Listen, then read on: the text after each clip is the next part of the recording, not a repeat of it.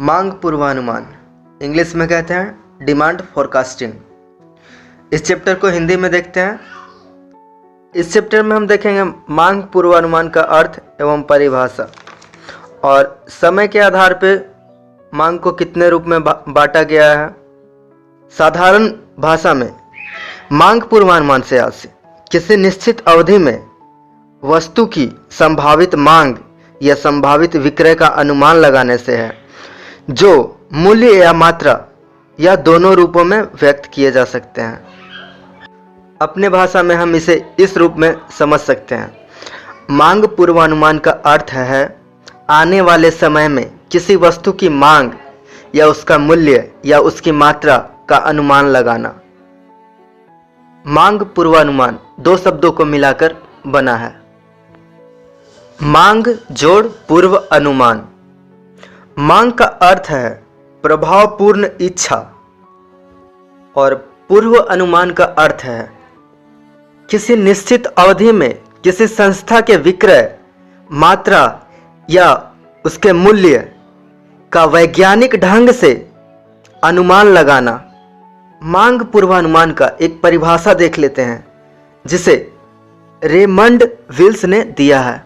Raymond Wills के अनुसार विक्रय पूर्वानुमान का आशय भावी बाजारों में कंपनी के भाग्य का पूर्व निर्धारण करने से है, अर्थात किसी कंपनी का आने वाले समय में बाजार के अंदर कितनी डिमांड होगी इसका पूर्व अनुमान लगाना, या बाजार में उसके वस्तुओं का कितना योगदान होता है इसका अनुमान लगाना।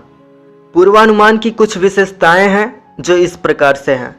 मांग पूर्वानुमान एक निश्चित अवधि में, निश्चित अवधि का अर्थ है आने वाले समय में या किसी निश्चित आने वाले समय में वस्तु की संभावित मांग, वस्तु की कितनी डिमांड होगी, संभावना, इसका संभावना किया जा सकता है, अथवा संभावित बिक्री को व्यक्त करती है।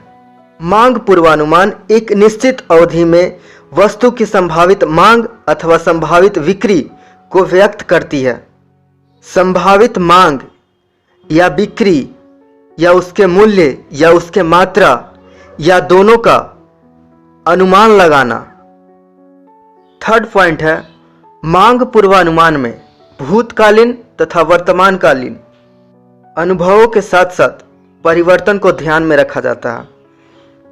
मांग पूर्वानुमान के थर्ड पॉइंट में बताया गया है मांग पूर्वानुमान में गुजरे साल और वर्तमान साल के अनुभव का अर्थ है किसी तकनीक में परिवर्तन, मांग में परिवर्तन या बिजनेस से संबंधित सारे अनुभव के साथ साथ परिवर्तनों को भी ध्यान में रखा जाता है।